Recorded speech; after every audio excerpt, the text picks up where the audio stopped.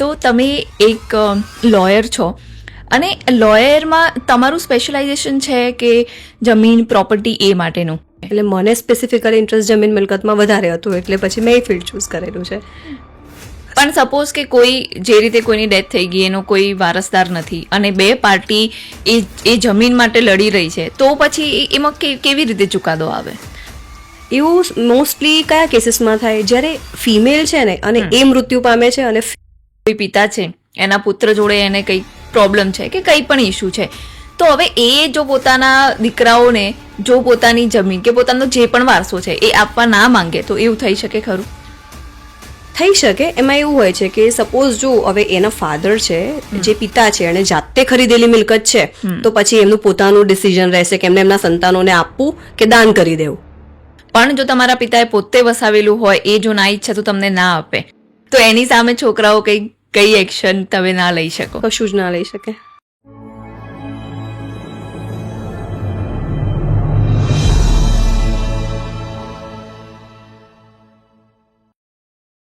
નમસ્તે. આજના આપના ગેસ્ટ છે એડવોકેટ કિંજલ પટેલ, જે છેલ્લા 12 વર્ષથી પ્રેક્ટિસ કરી રહ્યા છે અને જે જમીન અને પ્રોપર્ટીના સ્પેશિયાલિસ્ટ છે. કિંજલ પટેલથી આપણે આજે જમીનને લગતા અને ખેડૂતોને જે પણ પ્રોબ્લેમ થાય છે એ બધાની વાત કરી છે. એના સિવાય બિન ખેતીની જમીન હોય, ખેતીની જમીન હોય, નવી પ્રોપર્ટી લઈ રહ્યા હોય, નવી જમીન લઈ રહ્યા હોય, ત્યારે શું શું વસ્તુઓ ધ્યાનમાં રાખવાની, કેવા ફ્રોડ થતા હોય છે, એના માટેના શું નિયમો છે, આ બધાની ચર્ચા આજે આપણે અહીંયા કરી છે. અને કિંજલબેન ખેડૂતો માટે એક સરસ અભિયાન ચલાવે છે કે એમને જે પણ જમીનને લગતી પ્રોબ્લેમ હોય એના રિઝોલ્યુશન એ ફ્રીમાં પ્રોવાઈડ કરે છે. એટલે જે પણ ખેડૂત ભાઈઓને આની જરૂર હોય એ કિંજલબેનની ડિટેલ અમે નીચે ડિસ્ક્રિપ્શનમાં લખી દઈશું, ત્યાં તમે એમને કોન્ટેક્ટ જરૂર કરી શકો છો. આજનો પોડકાસ્ટ બિલકુલ જોવાનું નહીં ભૂલતા અને બધા જોડે શેર પણ કરજો. અને હા, આ ચેનલને સબસ્ક્રાઇબ કરો અને બેલ આઇકન પણ દબાવી દેજો. આવજો.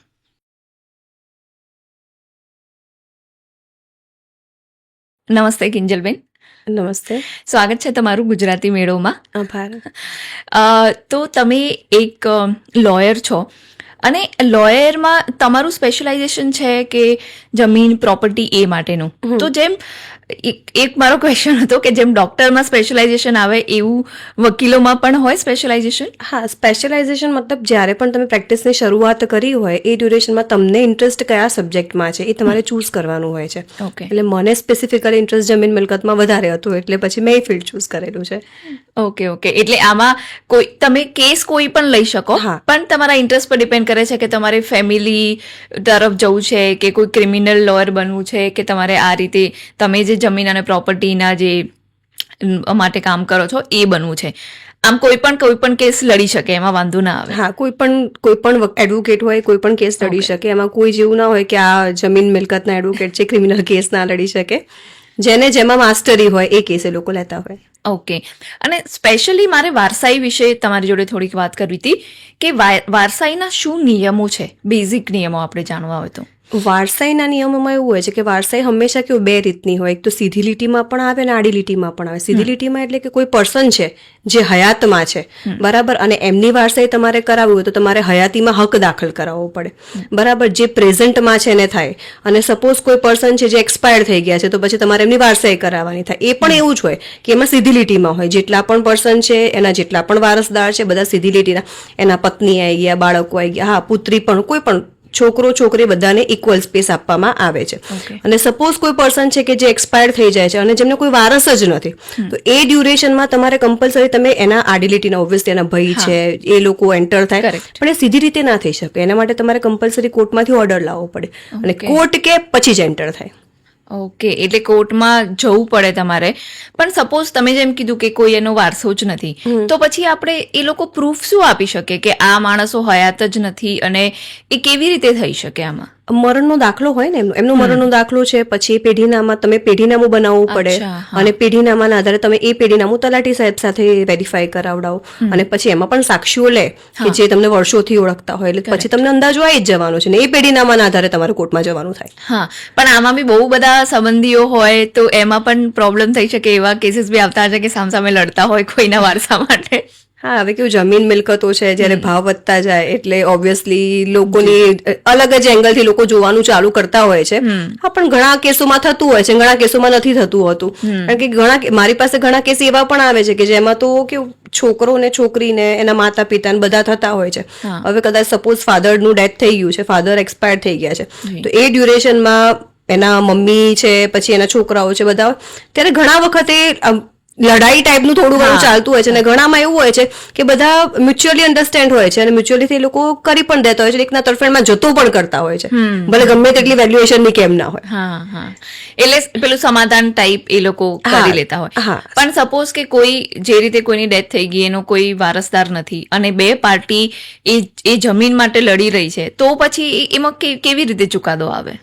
એવું મોસ્ટલી કયા કેસીસમાં થાય? જ્યારે ફિમેલ છે ને અને એ મૃત્યુ પામે છે, અને ફિમેલના કેસમાં કેવું હોય, હવે સપોઝ એના મેરેજ થઈ ગયા છે એટલે સંબંધ બે ટાઈપના આવે. એક તો એના સાસરી તરફથી પણ હોય, કારણ કે હસબન્ડ પછી વાઈફને મળી હોય પ્રોપર્ટી, અને વાઈફ એક્સપાયર થઈ જાય, ના એ લોકોને સંતાનો હોય, એ ડ્યુરેશનમાં હસબન્ડના જે ભાઈઓ હોય, બહેનો હોય, એ પણ હક માંગે, અને પેલી બાજુ વાઈફના ભાઈઓ બહેનો હોય એ પણ હક માંગે. તો એ ડ્યુરેશનમાં બધાએ પોતાનું પેઢીનામું કોર્ટમાં આપવું પડે, પછી કોર્ટ જ નક્કી કરે. જનરલી આવા કેસીસમાં ઇક્વલી ડિસ્ટ્રીબ્યુટ થાય, બધાનો ઇક્વલ ભાગ લાગે અને ઇક્વલી મળે. ઓકે. પણ વારસાઈમાં સપોઝ એવા કેસીસ બી થતા હશે કે એક્ઝામ્પલ લઈએ કે કોઈ પિતા છે, એના પુત્ર જોડે એને કંઈ પ્રોબ્લેમ છે કે કંઈ પણ ઇસ્યુ છે, તો હવે એ જો પોતાના દીકરાઓને જો પોતાની જમીન કે પોતાનો જે પણ વારસો છે એ આપવા ના માંગે, તો એવું થઈ શકે ખરું? થઈ શકે. એમાં એવું હોય છે કે સપોઝ જો હવે એના ફાધર છે, જે પિતા છે, અને જાતે ખરીદેલી મિલકત છે, તો પછી એમનું પોતાનું ડિસિઝન રહેશે કે એમને એમના સંતાનોને આપવું કે દાન કરી દેવું. અચ્છા. પણ જો એમના ફાધરે પોતે ખરીદેલી નથી અને એમને પણ એમના પપ્પા તરફથી મળેલી છે, અને એ કેસીસમાં સંતાનોને મળવું જરૂરી છે. અચ્છા. હા, અને એ વખતે એમના ફાધર એવું ના કહી શકે કે અમે તમને નહીં આપીએ. અને સપોઝ ચલો એ એમના સંમતિ વગર દસ્તાવેજ પણ કરી દે છે, ટ્રાન્સફર પણ થઈ જાય, પણ એ સંજોગોમાં એમના જે સંતાનો હોય એ કોર્ટમાં જઈને ચેલેન્જ કરી શકે અને દસ્તાવેજ રદ પણ થાય. આવા પણ કેસીસ હોય છે. ઓહ, અચ્છા. એટલે તમારા પિતાના પિતાએ જો એમને વારસાઈમાં આપ્યું હોય તો એ તો તમને મળી જ શકે, પણ જો તમારા પિતાએ પોતે વસાવેલું હોય, એ જો ના ઈચ્છે તો તમને ના આપે. ઓબ્વિયસલી. અને એ પોસિબલ છે એવું, તો એની સામે છોકરાઓ કઈ એક્શન તમે ના લઈ શકો? કશું જ ના લઈ શકે. અચ્છા. અને છોકરાઓનો તો ઠીક છે, છોકરીઓનો કેટલો હિસ્સો બને પિતાની વારસાઈમાં? ઇક્વલ. છોકરો છોકરી કોઈ પણ કેમ ના હોય, એને ઇક્વલ હિસ્સો મળે. જેટલો છોકરાને મળે છે એટલો જ છોકરીને મળે. એવું ના હોય કે હા, પણ અત્યારે કેવું છે કે એક જનરેશન છે કે છોકરી હોય, હવે છોકરીના મેરેજ કરી દીધા હોય ને ડ્યુરેશનમાં બધું થાય, એટલે છોકરી કેવું થાય, એનું સ્વેચ્છા એનો હક જતો કરે છે. બાકી કાયદેસર રીતે તો એનો ઇક્વલ હિસ્સો બને. જેટલું છોકરાને મળે એટલું જ છોકરીને મળે.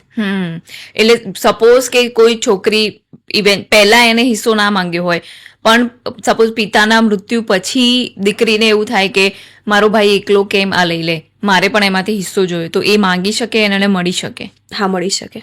ઓકે. પણ એ પણ પિતાનો હોવો જોઈએ, એમાં જે ભાઈનું જે વસાવેલું હોય એમાં ના માંગી શકે? હા, ભાઈનામાં ના માંગી શકે, પણ એના પિતાનું જેટલું પ્રોપર્ટી છે એમાં એ માંગી શકે. ઓકે. અને એમાં મળી શકે, એટલે કોઈને આવું થયું હોય તો એ ચોક્કસ કરી શકે. હા, ઓબ્વિયસલી. કરેક્ટ. પણ આ એક મને એક ક્વેશ્ચન આવ્યા નથી કે આ સમજાવવા જેવું, લાઈક કે સમજવા જેવું છે કે આવો કેવો નિયમ બનાવ્યો છે કે તમે પોતે જે પ્રોપર્ટી વસાવી છે એ તમે તમારા પુત્ર કે પુત્રીઓને પાસ ઓન ના કરો તો ચાલે, પણ તમને જે વારસાઈમાં મળી છે એ તમારે આપવી જ પડે. આવો પહેલાથી આવો નિયમ છે કે એમાં કઈ સંશોધન થઈને ચેન્જીસ થયેલા? ના, પહેલાથી જ આ નિયમ છે. એનું રીઝન એવું છે કે સ્પેસિફિકલી તમારી પોતાની ખરીદેલી છે મિલકત, એ તો તમે તમારા પોતાની મૂડીમાંથી ખરીદી છે, તમે મહેનત કરી છે, મહેનતના આધારે મૂડી આવેલી છે, અને એ બેઝ પર તમારે તમારા સંતાનોને તમારી ઈચ્છા છે કે તમારે આપવું છે કે નથી આપવું. પણ જે વડીલો પાસ જે છે એમાં તો તમે કોઈ મહેનત જ નથી કરી, તમને વારસામાં મળી ગઈ છે, તો તમે તમારા વારસદારોનો હક એ કેવી રીતે છીનવી શકો? એ રીઝનથી. ઓકે, એ બરાબર છે. અને સપોઝ આપણે અત્યારે જમીનની જે વાત કરી રહ્યા છે, એમાં જમીનમાં જ્યારે બે ભાઈ હોય ને ત્યારે બહુ જ ડિસ્પ્યુટ થતા હોય કે બે ભાઈ હોય તો જમીનમાં અગર પિતા એવું કરે કે એક ભાઈને વધારે જમીન આપે અને એક ભાઈને ઓછી જમીન આપે, તો એ ઓકે છે? એ ચાલે? આમ કાનૂનના હિસાબે ચાલે કે બંનેને ઇક્વલ જ જવું જોઈએ? મેં તમને કીધું ને એ જ પ્રમાણે સ્વપાર્જિત છે, એમની પોતાની ખરીદેલી છે તો એમની ઈચ્છા ને એકને સાવ ના આપવું હોય તો પણ ચાલે. પણ જો વડીલોપાર્જિત છે, એમની પોતાની મિલકત ખરીદેલી નથી તો આપવું જ પડે અને ઇક્વલ જ આપવું પડે. ઇક્વલ જ આપવું પડે. અને જેને ઇક્વલ ના મળ્યું હોય કોર્ટે જઈ અને ઇક્વલી લઈ શકે છે. હા, લીગલ એક્શન. હા, એમની પાસે લીગલ રાઇટ્સ છે. એટલે આવા કેસીસ તો સમાજમાં ઘણા થતા હોય છે, પણ મોટાભાગના લોકો કોર્ટે નથી ચડતા હોતા. પણ છતાં આ એક રસ્તો છે કે જો તમારી જોડે આવો અન્યાય થયો હોય તો તમે આનો રસ્તો કાઢી શકો છો. હા, એ કરી શકો છો. હા, પણ કેવું કોર્ટની પ્રોસિજર લેન્ધી હોય છે એટલે લોકો કોઈ પહેલેથી જ હિંમત હારી જાય છે. પણ હા, હવે એવું નથી. જ્યુરિસ્ડિક્શન સિસ્ટમ હવે પહેલા જેવી નથી. હવે જ્યુડિશિયરી ઘણું ચેન્જ થઈ ગયું છે.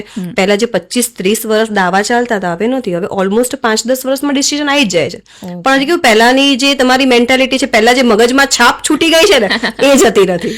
હા, પણ એટલે હજુ બી 5-10 વર્ષ લાગે. લાઈક આટલા બધા કોર્ટ કેસીસ થતા હોય, તમે આટલા બધા કોર્ટ કેસીસમાં જાઓ તો એક કેસ 5-5 વર્ષ સુધી ચાલતો હોય.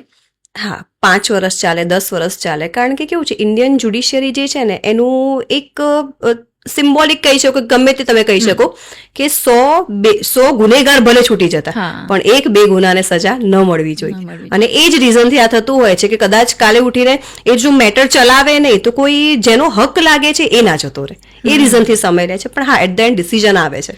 હા, પણ ડિલે થઈ જાય ને. લાઈક પેલું સેઇંગ છે કે justice delayed is justice denied.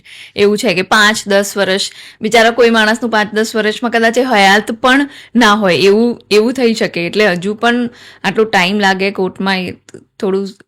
એ કેવું છે, ક્રિમિનલ મેટર હોય ને તો તમે કહી શકો છો. હા, પણ જ્યારે જમીનની મેટર હોય તો આજે જે જમીનની વેલ્યુએશન છે 10 વર્ષ પછી હશે નહીં જ હોય. ઓબ્વિયસલી વધારે હશે તો તમને બેનિફિટ સાથે જ મળવાનું છે.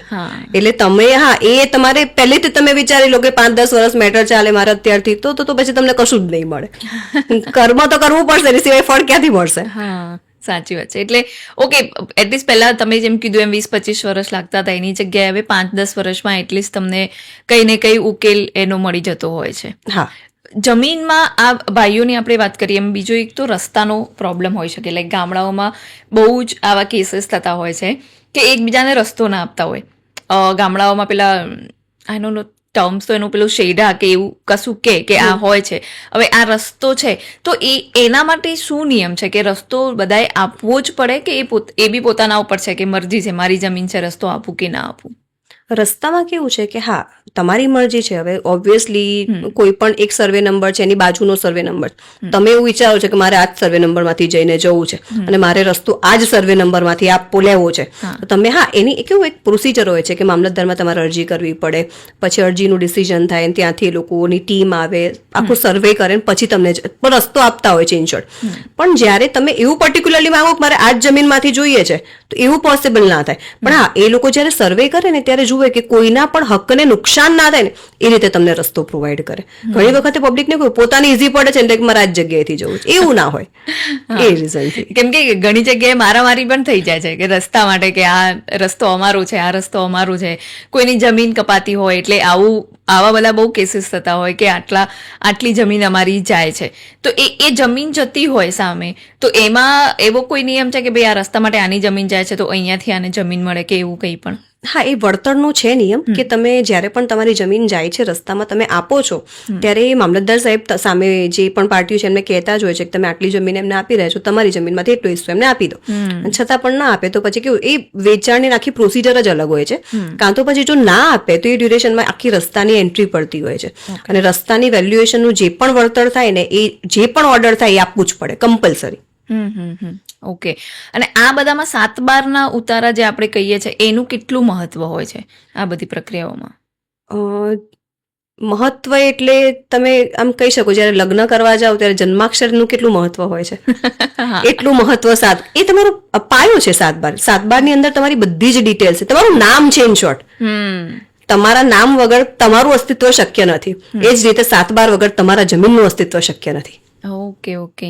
અને એવું ઘણા લાઈક અમુક કેસીસ મેં જોયા છે કે ગ્રામ પંચાયતમાં થતું હોય આ બધું અને ત્યારે છે ને 7/12ના ઉતારામાં નામમાં એ લોકો મિસ્ટેક કરી દેતા હોય કાં તો ઇન્ફ્લુઅન્સમાં આવીને પણ એ લોકો ચેડા કરતા હોય છે 7/12ના ઉતારામાં. ત્યારે એ માણસ શું કરી શકે? 7/12ના ઉતારામાં કંઈ ભૂલ થાય કે મિસ્ટેક હોય તો એના માટે એ કેવું છે નામ સુધારો છે. હા, હવે કેવું છે, જો સપોઝ રતિભાઈ હોય હા. એની જગ્યાએ રીતભાઈ થઈ ગયું છે યા તો ફિર રતનભાઈ થઈ ગયું છે, હા. તો એ કેવા નોર્મલ સુધારા કહેવાય. તો મામલતદાર સાહેબને સત્તા છે, એ કરી શકે છે સુધારો.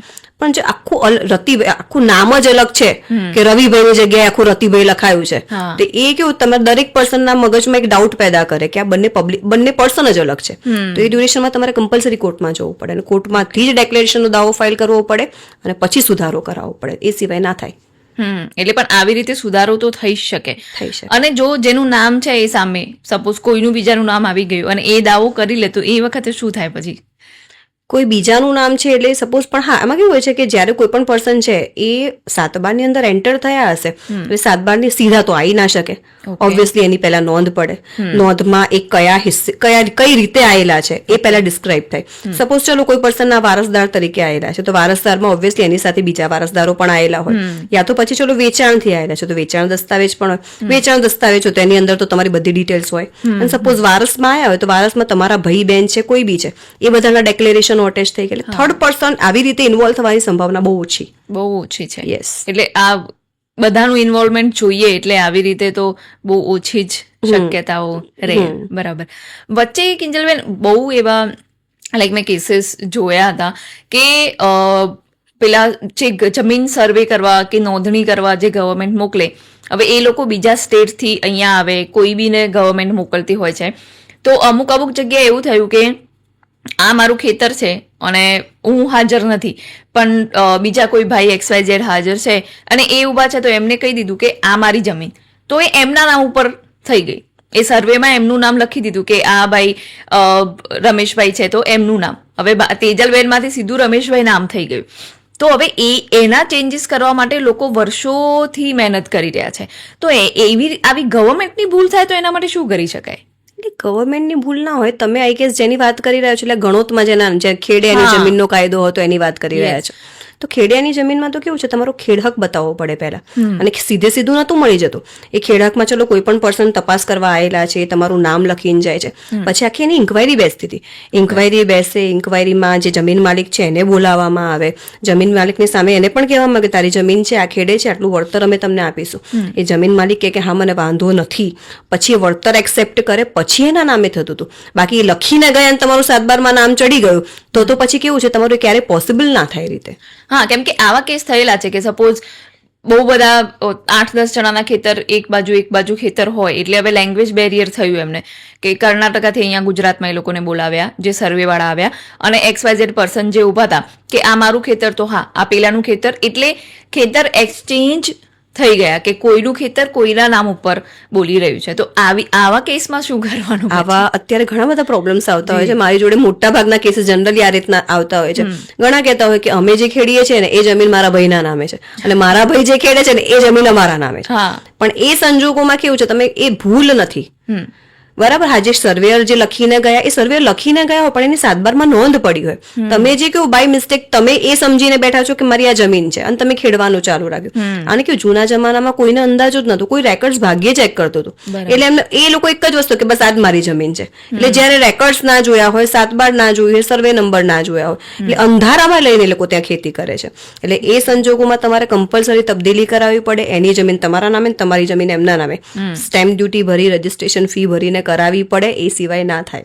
અને કોઈ કરાવવા તૈયાર ના હોય તો જો સપોઝ હવે આવું જનરલી બને છે કે એક ભાઈના નામ, ચલો ભાઈઓ છે તો આ સોલ્યુશન આવી જાય, પણ જયારે કોઈ થર્ડ પાર્ટી છે ને અને કેવું થાય, હવે 40 વીઘા છે, વોટ જેટલી પણ જગ્યા હોય, 40 ગુંઠા જગ્યા છે એ એના નામ પર છે, જે માણસ ખેડી રહ્યો છે. હવે એની એકચ્યુઅલ 7/12 જે છે ને એ આખી અલગ જ છે અને 80 ગુંઠા બોલે છે. પેલો તો પર્સન એને આપવા તૈયાર થવાનો નથી. એ રીઝન થાય, આ પ્રોબ્લેમ થાય. તો એના માટે કમ્પલસરી સોલ્યુશન છે સિવિલ કોર્ટ. સિવિલ કોર્ટમાં જઈને તમારે કહેવું પડે કે આ 7/12 છે, આ 7/12 ભૂલ હતી, મારો તો હક આમાં હતો, હું ભૂલથી ખેડી રહ્યો છું, મારો કબજા હક આ જગ્યાએ છે, મને ત્યાંનો માલિકી હક આપો. પછી કોર્ટ નક્કી કરે ને પછી આપે. ઓકે. એટલે આટલું લાંબુ, એમાં પણ પ્રોસેસમાં લગભગ એ જ તમે 5-10 વર્ષ કીધા એટલા બી લાગી શકે. સમય તો થાય. ઓકે. ધન કહેવાય છે ને કે ધન, ધીરજ ને ધક્કા ત્રણે ખર્ચવાની કેપેસિટી હોવી જોઈએ. જમીનની મિલકતમાં જો કે વળતર સાથે જ પાછું આવે છે. અચ્છા, વળતર જોડે? વળતર મીન્સ કે મેં તમને કીધું એ પ્રમાણે જમીનની વેલ્યુએશન આજે છે 10 વર્ષ પછી થોડી હશે, બરાબર. એ વધવાની જ છે. હા, પણ આમાં કેવો પ્રોબ્લેમ થાય કે તમે જેમ કીધું કે 40 વીઘા ને પેલી 80 વીઘા, એટલે 80 વીઘા વાળું 5-10 વર્ષ સુધી એમાં કરે રાખે તો એની ઇન્કમ તો કેટલી થાય અને પેલાની ઇન્કમમાં પણ પ્રોબ્લેમ થાય. ત્યારે એવી વસ્તુઓમાં કઈ કોર્ટ ડિસિઝન આપે કે ભાઈ આની જમીન આટલી વધારે હતી તો તને આટલું વધારે મળ્યું હશે એવું કંઈ? હા, એ માણસ જે હોય ને એ પોતાનું વળતર માંગી શકે. વળતર મતલબ કે એને જેટલો પણ પાક લીધો એ જગ્યામાં પાકનું અમુક કિંમત આવી હશે, હવે આની ઓછી આવી હોય, પેલા લોકોની સામે વધારે આવી હોય, એટલે એ સંજોગોમાં એ જે પાક લીધેલો હોય એની સામે લોકો માંગી શકે કે મને આટલું નુકસાન થયેલું છે તો મને નુકસાન આપો, અને કોર્ટ આપે પણ ખરી. હા હા હા, ઓકે. તો તમારી આટલા વર્ષની જે પ્રેક્ટિસ છે એમાં મોટાભાગના કેસ કઈ ટાઈપના તમારી જોડે આવતા હોય છે? મારી જોડે મેજર કેસીસ એક તો વારસાઈ વાળા વધારે આવે, એ કોમન પ્રોબ્લેમ છે. એક પછી આ નામમાં જે તમે કહો છો ને કે ફેર થઈ જાય, એ પણ કોમન, અને રસ્તો, આ 3ના મેજર ઇશ્યુઝ આવતા હોય છે. અને ઘણા ઇશ્યુઝ એવા પણ આવતા હોય છે કે આ જે ગણોત તમે કહો છો ને કે ખેડે એની જમીનમાં કે અમુકના નામ ચાલી જતા હોય, અને ઘણી વખત તો કેવું ગણોતનું નામ બોલતું હોય, એટલે કે ગણોત મતલબ કે જે ખેડે છે એનું નામ બોલતું હોય, પણ પછી પાછળથી બિચારા એ લોકોને ખબર ના હોય, જમીન માલિક પોતે ને પોતે કબજો લઈને બેઠા હોય. એ ડ્યુરેશનમાં પણ ઘણી બધી મેટર્સ આવતી હોય છે. ઓકે, એટલે વારસાઈના મેઇન તમે જે કેસીસ કીધા એમાં કેવા ટાઈપના કેસીસ આવતા તમારી જોડે? વારસાઈમાં જનરલી મેજરલી એવા જ કેસીસ આવતા હોય કે લાઈક કોકનો હિસ્સો રહી જતો હોય. ઘણી વખત હા એવું થતું હોય છે કે એવા તો મેજરલી કેસીસ આવે છે. હવે કેવું અત્યારે આપણી જનરેશન છે કે બધાના નામ એડ થઈ જાય છે, કે પણ પહેલાના જમાનામાં એવું નહોતું. પહેલાના જમાનામાં ચાર ભાઈઓ હોય ને તેમાંથી સૌથી મોટો ભાઈ હોય ને એનું જ નામ 7/12 ચડે, એટલે બાકીના જે ભાઈઓ છે ને એમનો હિસ્સો જતો રહેતો હતો, અને એ લોકો આજ સુધી લડત લડી રહ્યા છે કે અમારો આમાં હિસ્સો પોસાય છે. એટલે હજુ સુધી તો એ નિયમોમાં કઈ ફર્ક કે એવું કઈ આવ્યું નથી હજુ સુધી? ના, એમાં કોઈ જ ફરક નથી અને કશું થાય પણ નહીં. હવે એક જ ભાઈનું નામ ચડેલું છે તો બીજાના નામ એન્ટર થાય કઈ રીતે? એ પોસિબલ. હા, પહેલા હતું, પહેલા તમારું સહભાગીદાર તરીકે તમે કરી શકતા હતા કે અમારા ઘરના સહભાગીદાર છે એમ કરીને તમે જે, કારણ કે કેવું છે એક ભાઈ જે મોટો ભાઈ છે એ તો ખેડૂત થયો, બાકીના ભાઈના નામ એન્ટર નથી થયા તો ખેડૂત છે જ નહીં. એટલે એ સંજોગોમાં કેવું થાય, એ લોકોના નામ જ એન્ટર ના થાય, આ પ્રોબ્લેમ આવે છે. પણ આપણે જેમ પહેલા વાત કરી કે વારસાઈમાં તો પિતાની વારસાઈ છે એટલે બધાનો હક બને જ ખરો, તો પછી બાકીના ભાઈઓ પણ નો હક બને જ ને, ભલે નામ નથી. આ એ સંજોગોની વાત કરી રહી છું કે જે ગણોતમાં. અચ્છા, હવે સપોઝ 4 ભાઈઓ જમીન ખેડતા હોય, તમે કહો છો ને કે પેલા લખીને જતા રહે, એ લખીને જતા રહે મોટા ભાઈનું નામ, એ સંજોગોમાં પ્રોબ્લેમ થાય, અને પછી તમે અત્યારના કાયદા પ્રમાણે લોકોનું નામ એન્ટર થાય જ નહીં, તો એ લોકોને ખેડૂત થવાના લાભ જ ના મળી શકે. ના, આ તો બહુ ઓબ્વિયસલી હા ડિફિકલ્ટ વસ્તુ કહેવાય, કેમ કે એ લોકો પણ તો એ જ કરી રહ્યા છે ખેતીનું, તો એમને તો કોઈ લાભ જ ના મળે પછી. ના મળે. પછી એ વખતે જયારે હતું ત્યારે કેવું, હવે કેવું ગામડાના જમીન છે, ગામડાની પબ્લિક છે, નથી અવેર હોતી એટલી બધી, એટલે એ લોકોએ ક્યારે ધ્યાન જ ના આપ્યું. એમને એવું કે મોટા ભાઈનું ચાલે છે તો ચાલવા દો. સંજોગો ક્યારે ઉભા થાય, મોટા ભાઈના છોકરા, છોકરાના છોકરા, એ જયારે પેઢી ચાલુ થાય ને ત્યારે તકલીફ થાય, જમીનના ભાવ વધે એટલે દાનત બગડે. પછી પેલા ભાઈઓને આપવાનું કે હવે આ અમારો હક છે, આખો કબજો બંધ કરી દે.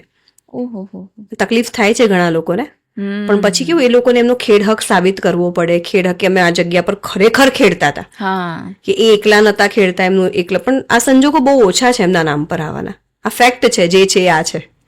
તો પછી આ તો આખી જિંદગીની કોઈની ખેડૂત હોય એના માટે તો જમીન જ બધું છે ને.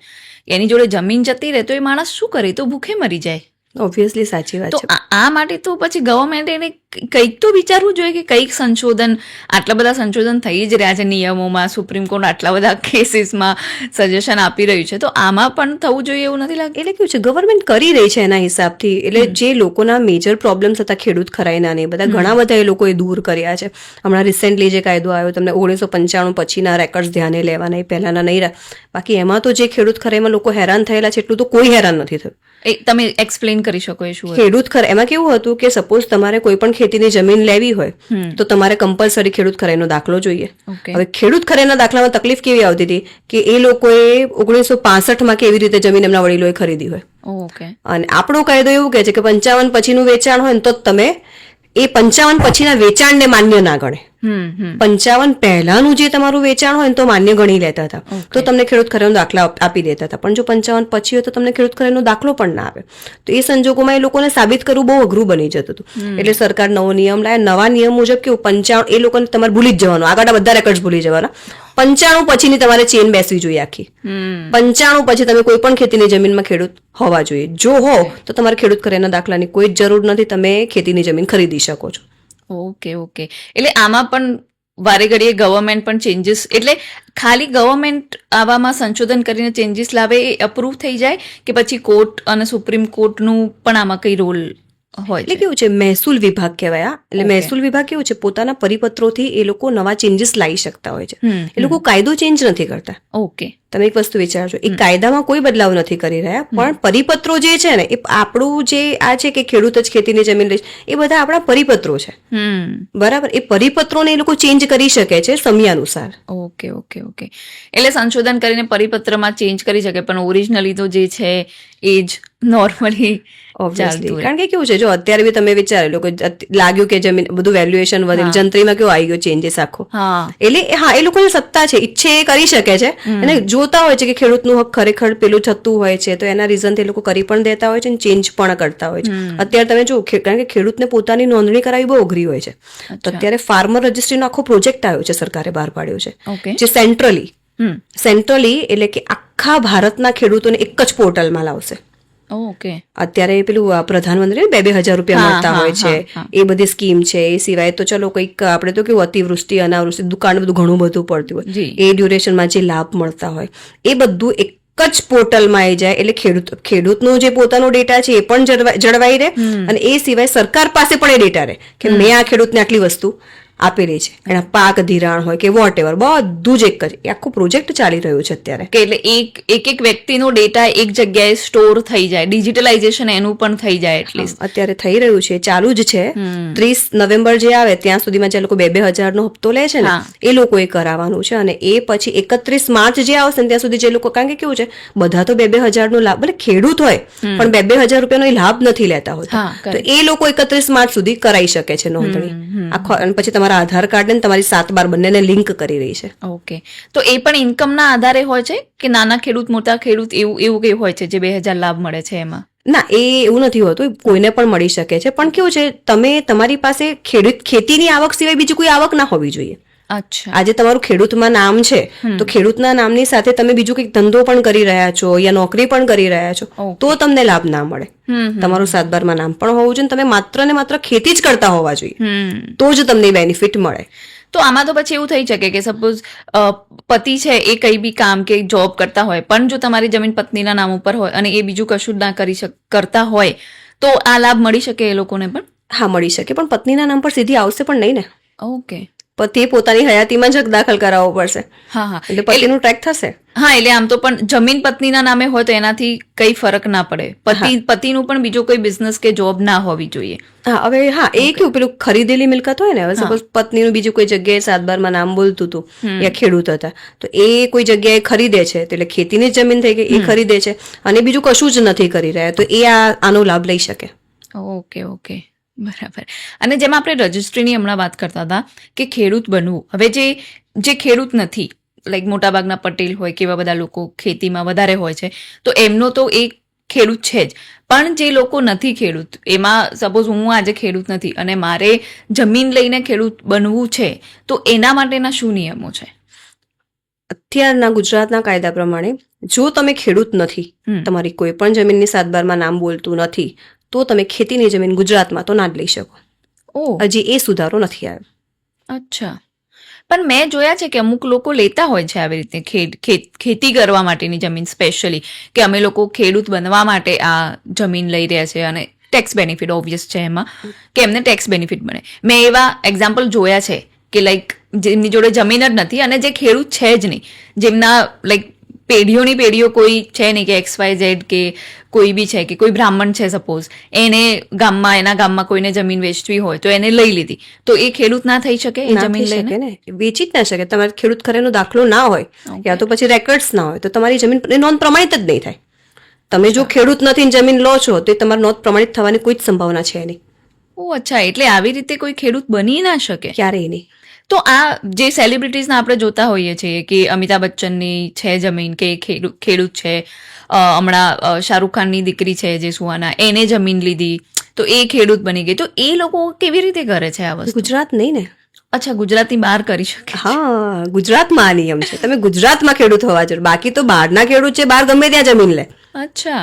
હા, ગુજરાત અને ગોવા આ બે સ્ટેટ એવા છે કે જ્યાં તમારે કમ્પલસરી ખેડૂત હોવું જરૂરી છે, તો જ તમે આ જગ્યા પર જમીન લઈ શકો, બાકી નહીં. બાકી રાજસ્થાનના ખેડૂત છે યુપીમાં જઈને જમીન લે, યુપીના ખેડૂત છે એમપીમાં જઈને જમીન લે, એ બધું તો શક્ય છે જ, પણ ગુજરાત નહીં. ખેડૂત નથી એ પણ જમીન લઈને ખેડૂત બની શકે બહાર, પણ એટલીસ્ટ ગુજરાત અને ગોવામાં આ નિયમ જ નથી, એટલે કોઈ બની જ ના શકે. હા, એટલે ખેડૂત નથી તો તમે નથી જ નહીં જ કરી શકો. જમીન લઈને પણ એ તમે, હા, તમે જમીન ખરીદી શકો ખરા, ભલે ખેડૂત ના બની શકો, પણ જમીન તો લઈ જ શકતા હશે. જમીન લઈ શકે બિન ખેતીની. બિન ખેતીની? હા, બિન ખેતીની જમીન લઈ લો તમે, ખેતીની જમીન ના લઈ શકો. પણ કેવી રીતે ખબર પડે? સપોઝ હું છું જે ખેડૂત નથી, તમે ખેડૂત છો, તમે મને વેચી દીધી, તો એ તો ગવર્મેન્ટને કેવી રીતે ખબર પડે કે આ વેચી છે? એ નોંધણી થાય એટલે? ઓકે, નોંધ પડે ત્યારે ખબર પડી જાય. નોંધમાં કમ્પલસરી રેકર્ડ્સ આપવા પડે. ઓ, તમે સપોઝ આજે હું તમને જમીન વેચી રહી છું, તમે કોઈ જગ્યાના ખેડૂત નથી, બરાબર, તો તમારે તમારા રેકર્ડ્સ ત્યાં સબમિટ કરાવવા પડે. હવે તમે ખેડૂત જ નથી તો રેકર્ડ્સ ક્યાંથી આપશો? રેકર્ડ્સ આપશો ને એટલે એ નોંધ ઓટોમેટિકલી ના મંજૂર થશે. ઓ, અચ્છા, એટલે ખેતી લાયક જમીન તમે ના લઈ શકો, સરકાર દાખલ થઈ જાય જમીનમાં. તો આ પણ અત્યારે જે આપણે અમદાવાદમાં જેમ જોઈએ છે કે ઘણા બધા ખેતરો આપી દેતા હોય છે ખેડૂતો બિલ્ડિંગ્સ બનાવવા માટે, રેસિડેન્શિયલ પ્લોટ્સ ને બધું બનાવવા માટે, તો એ કેવી રીતે પોસિબલ છે? એનું પછી એને બધું કરાવવું પડતું હશે? હા, બિનખેતી કરાવે ને, એને કરાવે. હા, એને કરાવે એટલે ઓટોમેટિક પછી તો કરી શકે ને. ઓકે, એટલે એને બિનખેતીમાં કન્વર્ટ કરવી પડે અને પછી તમારે એને પછી વેચવાની. હા, પછી વેચવાની, એ સિવાય નહીં. Okay, okay. અને જે રજિસ્ટ્રીમાં તમે કહેતા હતા કે કંઈક નવા ચેન્જીસ આવ્યા છે, એ શું આવ્યા છે અત્યારે? હા, રજિસ્ટ્રીમાં મેં તમને કીધું ને એ જ પ્રમાણે કે આખું પોર્ટલ આવ્યું છે, જે તમારા આધાર કાર્ડ અને 7 બારને લિંક કરે છે. હા, એ ચેન્જીસ છે. ઓકે. અને આ અત્યારે જેમ રિયલ એસ્ટેટની આપણે વાત કરતા હતા કે પ્રોપર્ટીમાં જે અત્યારે જંત્રીમાં જે ચેન્જીસ થયા, લાઈક આઈ થિંક 1 વર્ષ પહેલા જ ગવર્મેન્ટે જંત્રીમાં ચેન્જ કર્યા હતા અને પાછા વિધિન અ યર પાછા ચેન્જ કરી રહ્યા છે. એટલે આવું કેવી રીતે કરે છે? લાઈક એક મિડલ ક્લાસ માટે ઘર લેવું કેટલું મોંઘું થઈ ગયું. લાઈક નવી જંત્રી પ્રમાણે આપણે જોઈએ તો અત્યારે 15-20% ભાવ વધી જશે. તો એક middle class, lower middle class કે એ લોકોએ તો વિચારવાનું જ નહીં. હવે એક મિડલ ક્લાસ પણ લોન ઉપર પણ ઘર નહીં લઈ શકે. હા, એ પણ જનરલી ચેન્જીસનું પણ વિચારી રહ્યા છે ને, કે કારણ કે કેવું હતું કે હવે 15-20% અમાઉન્ટ વધે છે, બરાબર, એટલે જનરલી મારા અંદાજ મુજબ કે જમીનને વધારે અસર પડશે. જે રેસિડેન્શિયલ છે ને એમાં એ લોકો બેનિફિટ પણ આપશે સામે, સ્ટેમ્પ ડ્યુટી ઘટાડી દે, રજિસ્ટ્રેશન ફી ઘટાડી દે, તે બધામાં તો તમને બેનિફિટ મળવાનું જ છે. હા, એ ઘટાડી દઈ શકે, પણ હજુ એવું કંઈ એમને કંઈક કર્યું નથી કે અમે ઘટાડીશું. અત્યારે ખાલી એટલી જ વાત બહાર આવી છે કે જંત્રી વધવાની છે, એટલે એ રિયલ એસ્ટેટનું એટલે બધા ટેન્શનમાં છે અત્યારે કે હવે ભાવ આટલા પાછા વધી જશે એમ. પણ તમે એ પણ વિચારો, હા, કારણ કે અત્યારે જો મોંઘવારી જે હિસાબથી છે, લોકો લોન વગર તો ઘર શક્ય જ નથી બનતા હોતા, તો વેલ્યુએશન વધશે તો લોનની અમાઉન્ટ પણ નહીં વધે. એ વસ્તુ પણ વિચારો. આજે ભલે તમને એવું લાગી રહ્યું છે, પણ અને જે સરકાર કરી રહી છે આજે જે જંત્રીની વેલ્યુએશન છે, પછી હા વર્ષ પહેલા વધી હતી, પણ વર્ષ પહેલા કેવું છે અમુક જગ્યાઓ પર એવું હતું કે જે જગ્યાની સપોઝ 500 રૂપિયા વેલ્યુએશન હોય, હવે એની જંત્રી પ્રમાણે એની વેલ્યુએશન 700 રૂપિયા થતી હતી. આવી ઘણા ગામો છે કે જંત્રી ઓવર આવેલી છે, એટલે બધું ઇક્વલ કરવા જઈ રહી છે કે એ લોકોને એના લેવલમાં પણ લાવવી તો પડે કે જે અત્યારે એકચ્યુઅલમાં જંત્રી છે એટલી એની કિંમત જ નથી.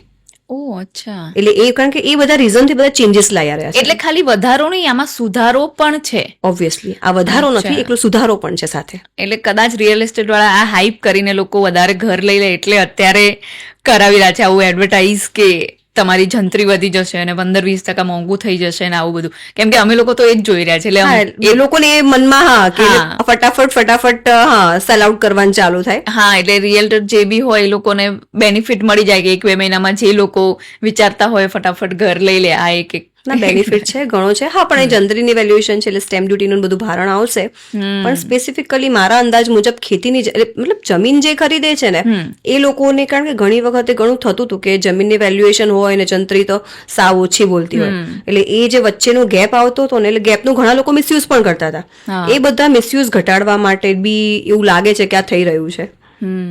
Let's see Obviously.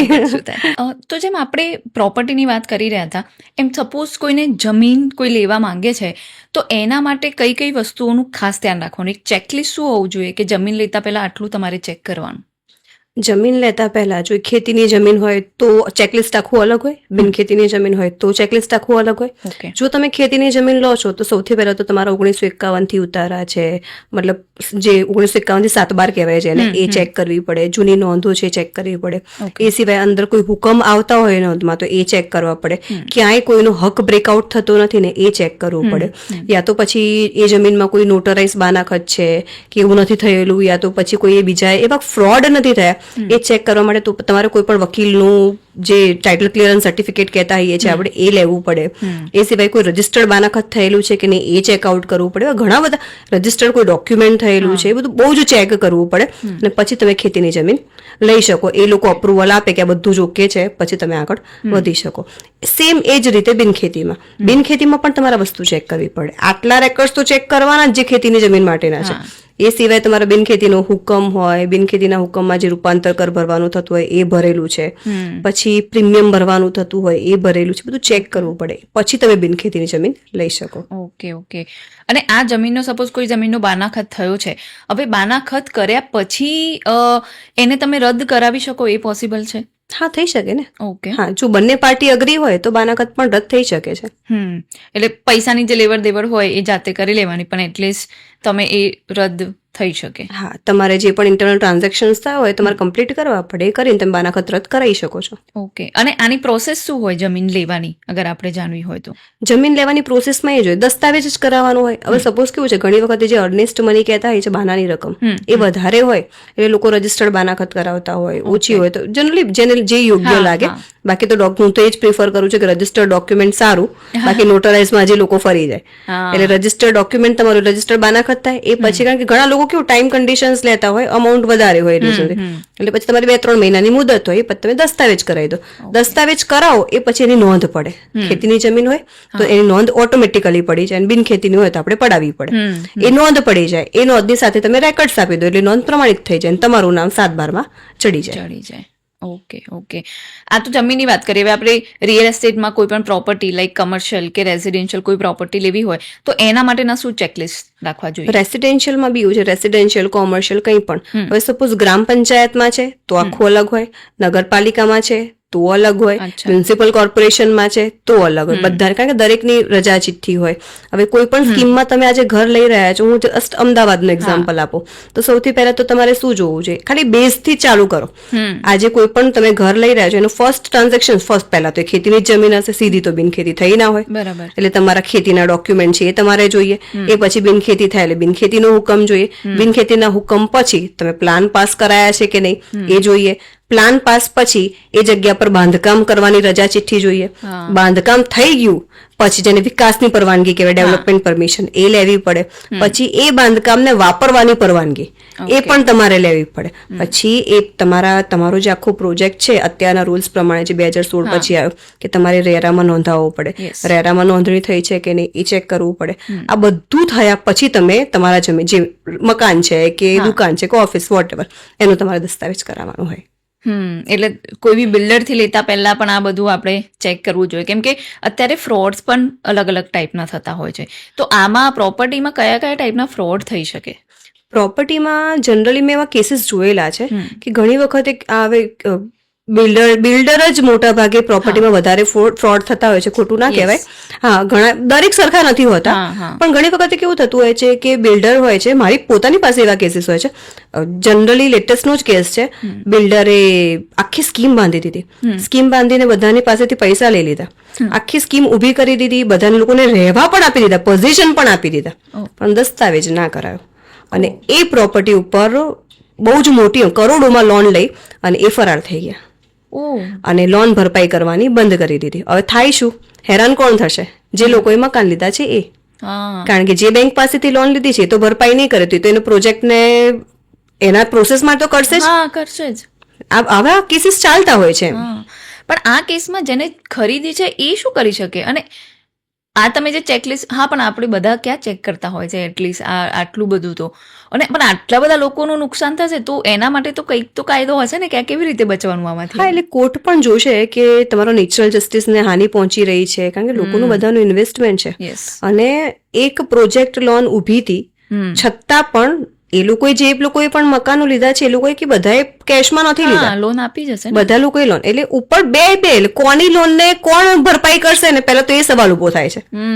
એટલે આ બધી આખી પ્રોસેસ ચાલે છે. હા, અને જનરલી કેવું હતું, એવા કેસીસ, આ જે પ્રોપર્ટીની હું વાત કરી રહી છું એ પ્રોપર્ટીમાંથી રેરા ઓથોરિટી છે એ વચ્ચે આવે છે.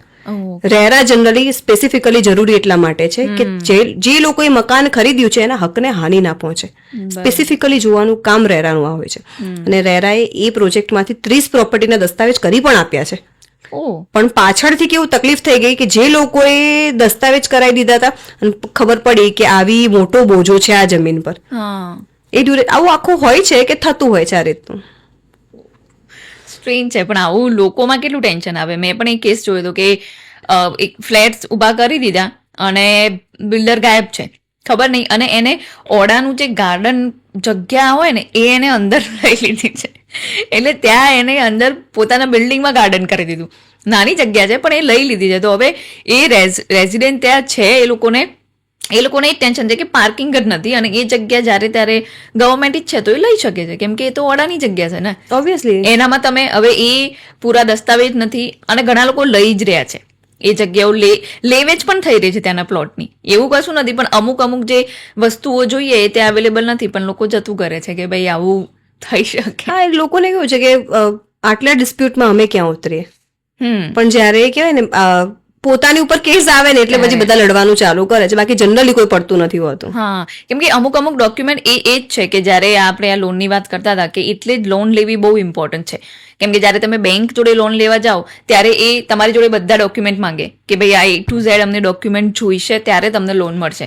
પણ જ્યારે કેશમાં તમે લોન લીધા વગર પ્રોપર્ટી લો ત્યારે તમે ચેક ના પણ કરો કે ડોક્યુમેન્ટ છે કે નહીં બધા, અને ત્યારે આવા ફ્રોડ થવાના વધારે ચાન્સીસ છે કે એટલીસ્ટ બેંક લોન હોય તો સેફ છીએ આપણે કે બેંક બધા ડોક્યુમેન્ટ માંગી લે. એવું માનવું પણ મને તો નથી લાગતું યોગ્ય હોય, કારણ કે બેંક લોન તમે પણ લો છો. આ હું કેસની વાત કરી રહ્યો છું એમાં એવું જ છે ને, ઓલરેડી પ્રોજેક્ટ લોન ઉભો હતો અને સામે 80% પ્રોપર્ટીઓ મોર્ગેજ છે. કારણ કે કેવું છે, હંમેશા જયારે આવો નવો પ્રોજેક્ટ બંધાતો હોય ને એટલે કોઈ પણ બેંકો કરતી હોય છે મોર્ગેજ, પછી ભલે દસ્તાવેજ ના થયો હોય છતાં પણ એ લોકો 70 થી 80% અમાઉન્ટ જવા દે છે. એટલે પછી બાકીની 30% જેવી જ રકમ બાકી રહી હોય છે. એટલે એક પ્રોપર્ટી ઉપર 2 લોન થઈ. એટલે આ સંજોગો પણ ઉભા થતા જ હોય છે. એટલે ખાલી બસ એક જ વસ્તુ છે કે જયારે તમે પ્રોપર્ટી લો છો, એક નહીં 2 એડવોકેટને પૂછો, યા તો પછી જે જાણકાર માણસ છે એને પૂછો કે જે આ કેવાય ને દરેક પોતાના સબ્જેક્ટમાં સ્પેશિયલાઇઝ હોય છે, એટલીસ્ટ એમને પૂછો પછી આગળ વધો, કારણ કે તમે તમારી મૂડી લગાવી રહ્યા છો અને એ મૂડીને નુકસાન પહોંચશે તો ઓબ્વિયસલી તમારી સાથે સાથે તો તમારા છોકરાઓને બધા હેરાન થશે. પણ જનરલી કેવું થોડો ઘણો ભલે કોઈ પણ હોય પણ કોસ્ટિંગ બેસે, કોસ્ટિંગ થાય ને એટલે લોકોને એવું થાય છે કે આટલો ખર્ચો કરી એના કરતા પણ એ તમને લેખે લાગશે. હા, એ પણ છે. કેમ કે આના જ રિલેટેડ મેં કેસ જોયેલો, આપણા ગુજરાતનો ને ગુજરાતનો બહારનો કેસ, કે એક માણસે આવી જ રીતે રિયલ એસ્ટેટ કંપની ઊભી કરી દીધી અને એ શું કરે, ખાલી રાઇટ્સ બાય કરી લે જમીનના, જમીન બાય ના કરે, ખાલી એને યુઝ કરે. ઇટ્સ લાઈક અ રેન્ટ પર લઈ લીધી આપણે જમીન, એના ઉપર બેનર મારી દે, પોસ્ટર મારી દે, કંપની ચાલુ કરી દીધી કે આટલા સસ્તા, અને ખરેખર સસ્તા ઘર આપતો હતો. એક મોટી સિટીમાં સસ્તા ઘર, એટલે લોકો લાલચમાં પણ આવી જાય અને એક ઊભું કરી દે એક સેમ્પલ ફ્લેટ, તમને થોડુંક કામ હોય આવી જગ્યાએ એને 8, 10, 12 જગ્યાઓ અલગ અલગ ઊભી કરી અને બધાને વેચી. લોકો લાઈક એવા લોકો હતા કે જે પોતાનું સેવિંગ તોડીને ત્યાં એમને ઘર લીધા હોય, અને બહુ મોટી કંપની એટલે એની અંદર લગભગ 500 માણસો કામ પણ કરતા હતા. અને પછી એ કંપની ખબર પડી કે આવી રીતે આ ફ્રોડ કરે છે કંપની, અને ઇવેન્ચ્યુઅલી કોઈને ઘર મળવાના નથી. અને એમાં 1-2 પ્રોજેક્ટ એવા થયા કે જેમાં ડિસ્પ્યુટ થયા અને ત્યારે લોકોને ખબર પડી. નહીં તો એટલા મોટા સિટીમાં એક બહુ મોટું નામ બની ગયું રિયલ એસ્ટેટ કંપનીનું એ, અને એટલો મોટો ફ્રોડ આટલા બધા લોકો જોડે કર્યો. એ પછી ખબર નહીં કે એનું શું થયું હશે પાછળથી, પણ આટલા મોટા ફ્રોડ ચાલી જ રહ્યા હતા એમ, અને મોટા સિટીમાં, અને સારા IT પ્રોફેશનલ, અને એ લોકો પણ બાય કરી રહ્યા હતા. તો એ લોકો પણ ચેક, લાઈક કેવી રીતે કોઈ માણસ ચેક કરે કે આવા ફ્રોડ કેવી રીતે થતા હોય. હા, એટલે મેં તમને કીધું ને કે જેનું સ્પેશિયલાઇઝ છે એટલીસ્ટ તમે ચેક કરાવો. તો સપોઝ ચલો એણે વર્ષના ભાડા પટ્ટે કે ગમે તે રીતે, પણ રેકર્ડ્સમાં તો હશે. તો માણસ ચેક કરશે તો તરત દેખાશે કે આ તો 99 વર્ષ પછી મારે પાછું આપી દેવાનું છે. જે પર્સનનું છે પોતે લઈ લેશે. એટલે એ એટલીસ્ટ જેને પણ ખબર પડે છે તેની પાસે ચેક કરાવો, નહીતર ફ્રોડ થશે ને તમારી મૂડી જશે. હા, અને આ લોસ તો ખાસા બહુ મોટો લોસ કહેવાય. તમારે માણસ માંડ એક ઘર લઈ શકતો હોય આખી જિંદગીમાં, અને ત્યારે જો એની જોડે આવું થાય તો પછી એ બહુ રિસ્ક વાળી વાત છે. જો કે આપણા અમદાવાદમાં આઈ ડોન્ટ થિંક આવા કોઈ કેસીસ એટલા થતા હોય છે. અમદાવાદમાં પણ થતા જ હોય છે. ઘણા એરિયા એવા છે કે એ એરિયા પર આખા શેડો બાંધેલા છે. ઓકે, એરિયાનું સ્પેસિફિકલી નામ નહીં કહું હું તમને, પણ અમદાવાદની જ અંદર એ જમીનો છે ને એ ભાડા પટ્ટે છે. અચ્છા, એ જમીનો ભાડા પટ્ટે છે. હા, વર્ષો થઈ ગયા એટલે કોઈને ખબર નથી કે પર્સનો ક્યાં છે, શું છે, અને એ જગ્યા ઉપર શેડ ઉભા છે. ઇન્ડસ્ટ્રીયલ શેડ ઉભા છે. આજે ઇન્ડસ્ટ્રી કામ કરી રહી છે, 30, 40, 50 વર્ષથી કામ કરી રહી છે, 99 વર્ષના ભાડા પટ્ટે છે. એક વસ્તુ વિચારો, એ માલિક આયા 99 વર્ષ પછી શું ઓહો છે? અમદાવાદમાં પણ છે. તો ઇન્ડસ્ટ્રી આટલી બધી ઊભી હશે તો ઇન્ડસ્ટ્રીયલિસ્ટને પણ ખબર નહીં પડી હોય કે આ અમે આવી જગ્યાએ બનાવી રહ્યા છે અને આવી જગ્યાએ અમે યુઝ કરી રહ્યા છીએ. ઇન્ડસ્ટ્રીયલ મેં તમને કીધું ને 30, 40, 50 વર્ષથી ઊભા હોય, એટલે કોઈને અંદાજો જ ના હોય. પહેલા તો કેવું લોકોને એવું થતું હતું થોડું સસ્તું મળે ને, એ રેકર્ડ જોવા નથી રહેતા. પણ એ નથી વિચારતા કે તમે થોડું સસ્તું છે ને, હું તો હંમેશા એ વસ્તુ વિચારું કે તમને એટલીસ્ટ કોઈ 5 રૂપિયાની વસ્તુ 2 રૂપિયામાં આપે છે ને, તો તમે વિચારો કે તમને કેમ 2 રૂપિયામાં આપે છે.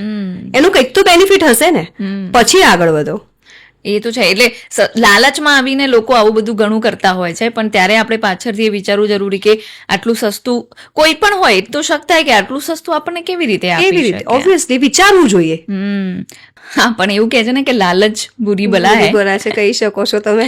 હા, પણ આપણને ગુજરાતીઓને તો સ્પેશિયલી એવું જ હોય છે કે થોડુંક સસ્તું મળતું હોય ને તો આપણે ત્યાં દોડતા રહીએ, પણ ના જવું જોઈએ. આનાથી આપણને પણ કંઈક શીખ મળશે એટલીસ્ટ. હા, અને એટલીસ્ટ આટલું મોટું નુકસાન જ્યારે તમારું થતું હોય કે એક જમીન કે પ્રોપર્ટી લાખો કરોડો રૂપિયાની વાત હોય, ત્યારે તો એટલીસ્ટ 2-4 લાખ માટે લાલચ કરી અને આખી જિંદગીનું નુકસાન તમારે સહન કરવું જોઈએ. ઓબ્વિયસલી, કારણ કે ડિસ્પ્યુટેડ પ્રોપર્ટી થઈ જશે, પાછું તમારે 5-10 વર્ષ લડત આપવી પડશે, એ વાત અલગ. એના કરતા વિચારો, સમજો, અને પછી એવું હોય તો કોઈનો કોન્ટેક્ટ કરો અને પછી આગળ વધો. તો આપણે જે શરૂઆત વારસાઈથી કરી હતી એના તરફ હું થોડી પાછી આવવા માંગીશ કે વારસાઈમાં આપણે દીકરા દીકરીઓ એ બધાની વાત કરી લીધી, પણ પતિની વારસાઈમાં કેવી રીતે હક બની શકે? પતિ છે એના વારસમાં પત્ની અને સંતાનો બધા ઇક્વલ આવે. ઓકે, બરાબર. એટલે પત્નીનો પણ એટલો જ હિસ્સો બને જેટલો સંતાનોનો. ઓકે, એટલે વારસાઈમાં એ આવે છે. એટલે એમને સપોઝ પતિ નથી તો પતિની હયાતી ના હોય તો એ બધી જ મિલકત પછી પત્નીની ગણાય, જમીન ને બધું જ? બધી ના ગણાય. મતલબ કે પત્ની જ્યારે પતિ હયાતીમાં નથી, એમનું મરણ થઈ જાય છે, ત્યારે પતિના હિસ્સામાં જેટલા પણ સંતાન, એટલે સપોઝ 2 દીકરા છે, 1 દીકરી છે અને પત્ની પોતે, એટલે ટોટલ 4 હિસ્સા પડે. ઓકે, હા, બધું જ પત્નીને ના જાય ક્યારે. હા, એટલે એવું કે 4 હિસ્સા પડે એટલી પત્ની પણ પોતાનું ગુજરાન ચલાવી શકે અગર બાળકો એનું ના કરતા હોય તો. 25% એના ભાગ પર આવે. એ પ્રમાણે તમે ગણવા જાઓ, 4 સંતાન, 3 મેં તમને કહ્યું ને, પણ ટોટલ 4 વારસદાર છે તો 4 વારસદાર પ્રમાણે તમને 25% હિસ્સો મળે. એટલે ઇક્વલ, તમે ઇક્વલ કહેવાઓ કે તમારા સંતાનોને જેટલું મળે છે એટલું જ તમને મળે. તો સપોઝ ડાયવોર્સના કેસમાં કેવું એવું થાય કે સપોઝ કોઈ પત્ની પાસેથી એને પૈસા નથી જોઈતા પણ જમીનમાં હિસ્સો જોઈએ છે, તો એવું જમીનમાં એ પોતાનો હિસ્સો લઈ શકે ખરા? જમીનમાં કેવું છે, હવે એ પતિની પોતાની ખરીદેલી છે, બરાબર, પતિની પોતાની ખરીદેલી છે તો એને એ ઈચ્છે એને આપી શકે. પણ આપણા ફેમિલી, આ કેવું છે, આખું ફેમિલી એટલે જે લો રૂલ્સ છે એ પણ આખા અલગ છે. કે આજે પત્ની છે, તમારી જોડેથી ભલે ડાયવોર્સ થઈ ગયા, બીજી જગ્યાએ મેરેજ નથી થયા, તો એમનું ભરણ પોષણ કરવાની જવાબદારી તમારી છે. એ તમે ગમે તે રીતે આપો. પછી એ ફેમિલી કોર્ટ નક્કી કરે કે એમની પ્રોપર્ટી છે એમાંથી એમને આપવું કે ન આપવું. જો વડીલો પાર્જિત છે તો પછી ઓફોર્સ થઈ શકે છે, પણ જો સ્વપાર્જિત છે તો પછી ફેમિલી કોર્ટની નિયમ કરે છે અને આપે પણ છે. ઓકે, એટલે પણ જો વારસાઈમાં જ હોય, પતિનું કંઈ ના હોય તો પણ પત્નીનો હક બને કે ના બને? ડાયવોર્સ કેસમાં માંગી શકે કે ના માંગી શકે? પતિનું કંઈ પણ ન હોય એટલે જમીન સપોઝ પતિની છે જ નહીં, બધું એને વારસાઈમાં જ મળેલું છે અને વડીલો જો ઓપોઝ કરી રહ્યા છે તો ત્યારે પત્નીને મળી શકે કે ના મળી શકે? એ સંજોગોમાં કેવું છે, પત્નીને, હા, એનો એ વારસદાર તો છે જ, એ વારસદાર છે એટલે એને હિસ્સો તો જાય જ, એનો જે હિસ્સો બને છે એ પ્રમાણે છે. બધું ના માંગી શકે, હા, ભલે ડાયવોર્સ લે છે, બરાબર, પણ એનો હિસ્સો તો બને જ અને આપવો જ પડે. ઓકે, એટલે જમીન માંગવી હોય તો પત્ની માંગી શકે હા, જમીન. પણ એને પછી પાછા સપોઝ બીજા મેરેજ કરી લે તો એનો એ હક બ્રેકઆઉટ થઈ જાય. અચ્છા, ઓકે, બીજા મેરેજ કરી લે તો પછી એ તો હક હક બ્રેકઆઉટ તમારો થઈ છે. જાય. હા. પણ સપોઝ પત્ની જોડે એમને બાળકો હોય તો એ બાળકોનો હક ખરો કે નહીં એમાં પછી? એટલે જ્યારે ડાયવોર્સ થઈ જાય છે હા. અને પત્ની સાથે બાળકોને લઈ જાય છે, Yes. બરાબર, એ સંજોગમાં ભલે બાળકોને લઈ જાય છતાં પણ બાળકોનો હક એ જમીનમાં લાગે. હા, ઓકે, એટલે પત્ની મેરેજ ભલે બીજા મેરેજ કરી લે તો પણ બાળકોનો હક તો બને જ. બાળકોનો હક પિતાની તો જમીન બને જ, છે. પિતાની મિલકત છે ને, એટલે એમાં તો ઓબ્વિયસલી બનવાનો છે. ઓકે, એટલે એ બાળકો જો પત્ની કે બાળકો કોઈ પણ જો એ હિસ્સો માંગે તો પતિએ એ વખતે આપવો પડે. આપવો પડે. હા, જો પછી એ સંમતિથી હક રિલીઝ કરી દે છે કે મારે નથી જોઈતું તો પછી તમે જતો કરી શકો છો. પણ ઘણી વખત ડાયવોર્સના કેસીસમાં કેવું હોય છે કે જ્યારે ડાયવોર્સ થઈ ગયા એ વખતે, હવે તો કેવું છે બધું નાની ઉંમરમાં થઈ જાય છે, આ વખતે જે બાળકો હોય ને એ પણ નાના હોય, એટલે પત્ની કેવું પોતાનો હક જતો કરી દે. પોતાનો હક જતો કરી દે અને સાથે સાથે શું કરે, જે બાળકો માઇનર છે ને, સગીર, એ લોકોનો હિસ્સો પણ જતો કરે. કે હું મારો હિસ્સો તો જતો કરું છું, સાથે સાથે આ મારા બાળકો છે એનો હિસ્સો પણ જતો કરું છું. તો એ જે સગીર બાળકો છે ને, જ્યારે પણ મેજર થાય 18 વર્ષની ઉપરના, પછી એ જમીનમાં હક માંગી શકે, ભલે એની મધરે એના એ લોકો વતી જતો કર્યો હોય. હા, પણ એનો હક બને છે અને મળે જ. એટલે આવા અમુક નિયમો છે, હેક્ટિક છે, પણ આમ બાળકો માટે સારા છે. તમારી જોડે બધાથી વધારે સાના કેસીસ આવતા હશે? મારી જોડે મેજરલી કેસીસ આવવા માટે વારસાઈના. ઓકે, વારસાઈના અને ખેડૂત ખરાઈના રિલેટેડ ઘણા બધા પ્રોબ્લેમ્સ આવતા હોય છે. પણ મેં તમે જે કીધું એ પ્રમાણે મારા અમુક કોમન ઇશ્યુઝ છે કે તમે 10માંથી 8 ઇશ્યુઝ એવા આવતા હોય. અચ્છા, તો તમારા કોઈ અમને કેસીસ કિસ્સા જણાવી શકો તો? કેસીસ માટે મેં તમને કીધું કે વારસાઈમાં ઘણી વખત એવું થતું હોય છે. કાલે જ રિસેન્ટલી મારી પાસે એક કેસ આવ્યો હતો. એ રીઝનમાં કેવું હતું કે એક જમીન છે, બરાબર, જમીન એટલે વડીલો તરફથી આવેલી છે. હવે એ જમીનમાં 10 જણના નામ બોલે છે. હવે 10 જણના નામ બોલે છે ને, એટલે એમાં ઓલરેડી 4 છોકરીઓ પણ છે. તો એ 4 છોકરીઓ ને 6 છોકરા, તો 6 છોકરામાંથી એક છોકરો છે ને, બીજા બધા કેવું નોકરીઓ કરતા હતા કે એવું જોબ કરતા હતા, એ લોકો ક્યારે જમીન તરફ એટલું ધ્યાન જ નહોતું દીધું. તો એ જે એક છોકરો હતો જે ખેતી કરતો હતો, એણે શું કર્યું, જે 4 છોકરીઓ હતી ને બધાનો હક પોતાના તરફેણમાં જતો કરી દીધો. એટલે પેલા લોકો હતા એ લોકોને કેવું 5 જણ હતા ને એમને થોડો થોડો હિસ્સો, અને પેલાને તો પોતાને એકલાના હિસ્સામાં આખું 5 જણનો હિસ્સો આવી ગયો. હા, એટલે આવા કેસીસ પણ આવતા હોય છે. હા, પણ તમે એને ચેલેન્જ કરો, વડીલો પાર્જિત મિલકત હોય, વડ વહેંચાયેલ હિસ્સો હોય, એટલે આ રીતે તો સીધું થાય નહીં. ભલે અત્યારે નોંધ પ્રમાણિત થઈ ગઈ કશુંક ના, પણ એ તમે ચેલેન્જ કરો એટલે ઓટોમેટિકલી આવવાનું છે. એ બરાબર છે. ઇન્ટરેસ્ટિંગ કેસીસ છે.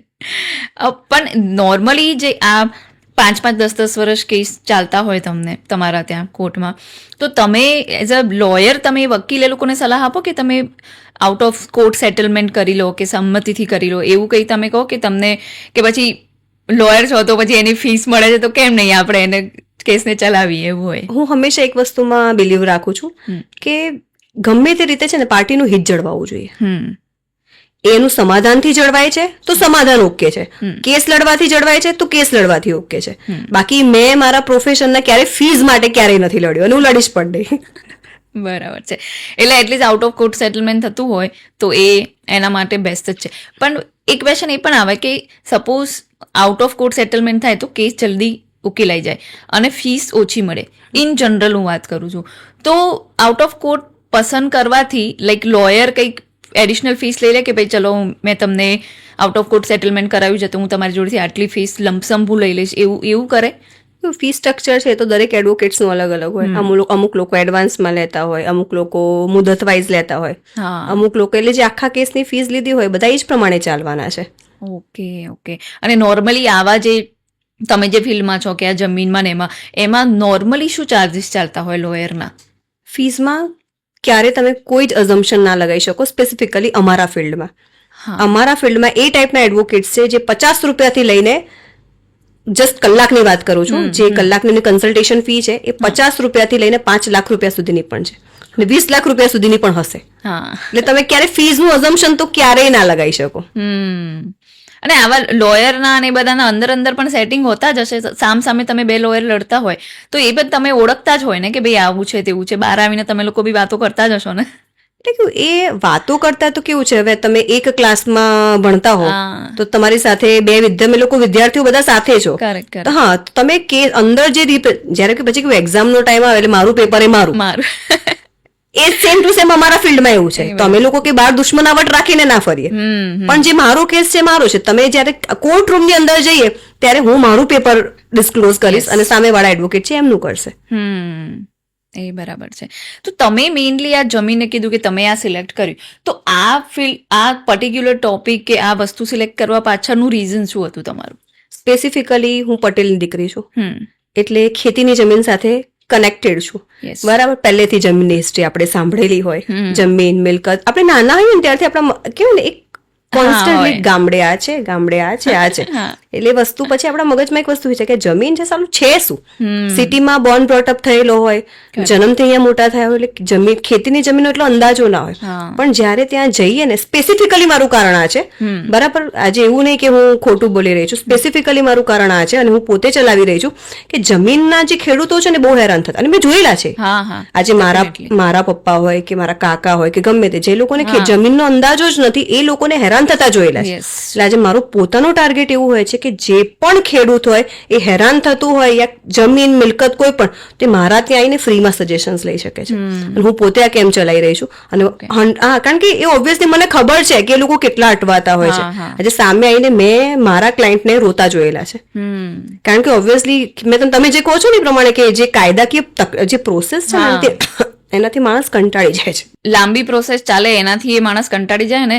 સ્પેશિયલી આવા કિસ્સાઓ જો જમીનના આવતા હોય ને, મોસ્ટલી એમાં સગા સંબંધીઓ, પોતાના ભાઈ બહેન એ જ હોય, ત્યારે માણસ ઇમોશનલી બી ડ્રેન થઈ જાય. કે એવું કેવું ફીલ થાય કે મારા ભાઈએ, સગા ભાઈએ મારી જોડે આવું કર્યું, કે મારી સગી બહેને મારી જોડે આવું કર્યું, મારા પપ્પા મારી જોડે આવી રીતે કેવી રીતે કરી શકે. ત્યારે એમને એક લોયર અને એક માણસ બંનેની જરૂર પડતી હોય કે કોઈ તમને એક હૂંફ પણ આપે કે ભાઈ ધીરજ આપે તમને કે ઓકે બધું ઓકે થઈ જશે. અને ત્યારે એક કેસ જીતો ત્યારે એક કેવું લાગે એમને જોઈને તમને? એ પોતાના કહેવાય ને, જનરલી કે જ્યારે પોતાના દગો કરે ને ત્યારે માણસ વધારે દુઃખ થાય, એને ઓબ્વિયસલી થવાનું છે.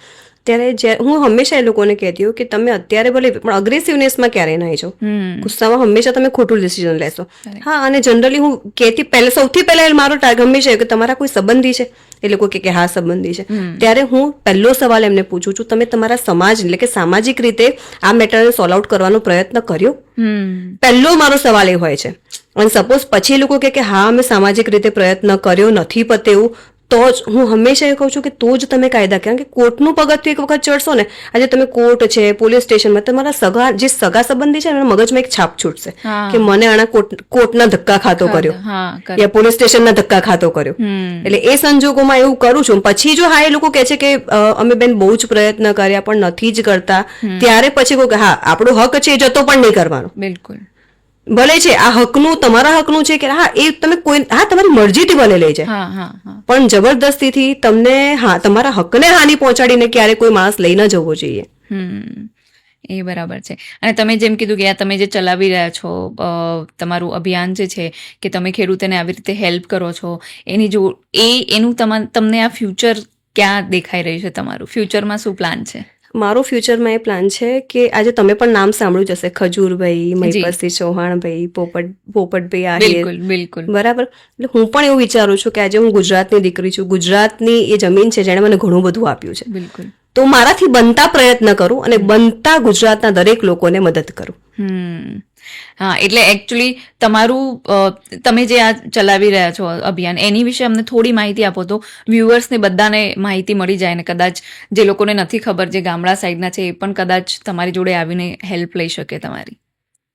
હું એક સેવા કેમ્પ ચલાવી રહી છું કે જમીન ને મિલકત, તમને એનો કોઈ પણ તકલીફ કેમ ના હોય, તમે વિના સંકોચે મારા ત્યાં આવી શકો છો. તમારા કાગળિયા સાથે આવો, તમારી તકલીફ સાથે આવો, અને તમારા જે પણ પ્રોબ્લેમનું સોલ્યુશન છે એ અમે વિના મૂલ્યે, અમારે એક પણ રૂપિયો જોઈતો નથી, ખાલી આશીર્વાદ આપતા જજો, એટલું પણ ઘણું છે, એ અમે કરીએ છીએ. સરસ. એટલે એટલીસ્ટ જે જરૂરિયાતમંદ છે એનું તો તમે વિના મૂલ્યે કરી રહ્યા છો આવું, અને આ સેવાનું કાર્ય છે એટલે હોપ બધા જોડે ઇન્ફોર્મેશન પહોંચે ને જેમને જરૂર છે એ તમારા સુધી પહોંચે, અને જેમના તમે નામ લીધા એ લોકો પણ સારા કાર્યો જ કરી રહ્યા છે અને તમે પણ કરી રહ્યા છો. કદાચ એ સોશિયલ મીડિયા પર વધારે આવી રહી છે એ વાતો, પણ જે મૂળનું તમે જે કામ કરી રહ્યા છો, એ ખેડૂત જેને આપણે અન્નદાતા કહીએ છીએ, કે જેનાથી આપણા બધાના જીવન ચાલી રહ્યા છે, આમ તો ખોરાક વગર જીવન બંધ જ થઈ જાય, એ લોકોના આશીર્વાદ અને એ લોકોને મદદરૂપ થાય એવું કાર્ય કરી રહ્યા છો, એ કમેન્ડેબલ વાત છે. અને મારા પણ ત્યાં જેટલા પણ લોકો છે, કેમ કે હું પણ એક ખેડૂત પરિવારમાંથી જ છું, એટલે ત્યાં પણ લોકોને હશે તો ત્યાં સુધી પણ હું તમારી આ વાત જરૂર પહોંચાડીશ, અને હોપફુલી તમે વધારેમાં વધારે લોકોને મદદ કરો, અને જેટલો અમારાથી બની શકે એટલો અમે સહયોગ આપવાનો પ્રયત્ન કરીશું. ચોક્કસ. ખૂબ ખૂબ આભાર કિંજલબેન, તમે આવ્યા, અને thank you so much. Okay.